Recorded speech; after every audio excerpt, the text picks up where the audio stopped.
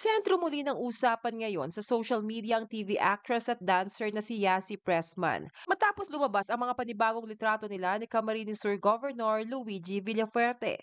Ilang netizens ang nag-upload sa mga nasabing litrato sa Facebook kung saan nakasakay sa isang ATV sina Yasi at Governor Luigi. Hindi nakaligtas sa mapanuring mata ng netizens ang pagiging cozy at intimate sa isa't isa ng dalawa kung saan nakahawak pa sa kaliwang hita ni Yasi ang kanang kamay ng gobernador.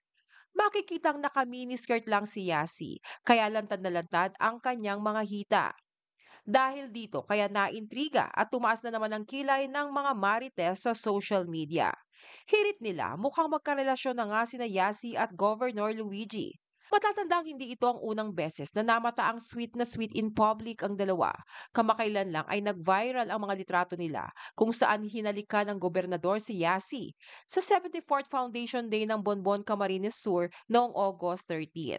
Sa caption pa nga ng uploader ng mga litrato, anyay kasama umano ng kanilang gobernador ang bagong apple of the eye nito.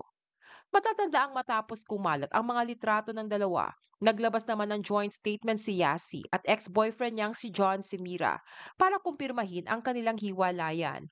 Iginiit din nilang walang third party involved sa kanilang paghihiwalay. Gayunpaman, hindi maiwasan ng marami na isiping merong third party sa hiwalayan ng dalawa. Noong May 17 lang kasi, ay masaya pang inihayag ni Yasi na going strong at pretty secure raw ang relasyon nila ni John. Bukod dito, mukhang may plano na rin silang magpakasal matapos namang mag-viral ang engagement video nila ni John. Kung pagbabasehan nga ang interview ni Yasi at engagement video nila, posibleng nitong June o July lang nangyari ang hiwalayan nila.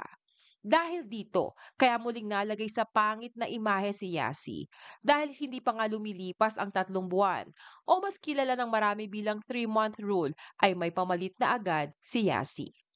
Samantala, matatandaan ding naling si Yasi sa presidential son na si Congressman Sandro Marcos dahil sa mga sweet photos nila sa isang after-party event.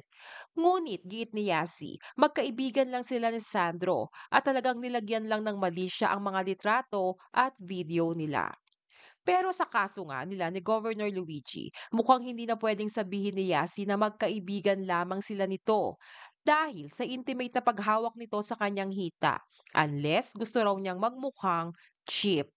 Katwiran pa ng maraming netizens, hindi gawain na isang matinong babae na magpahawak sa iba kung hindi naman sila. Kaya sa oras na sabihin ni Yasi na magkaibigan lang sila ng gobernador, pinatunayan lamang daw niyang isa siyang cheap na babae o artista na kumakapit sa mga politiko.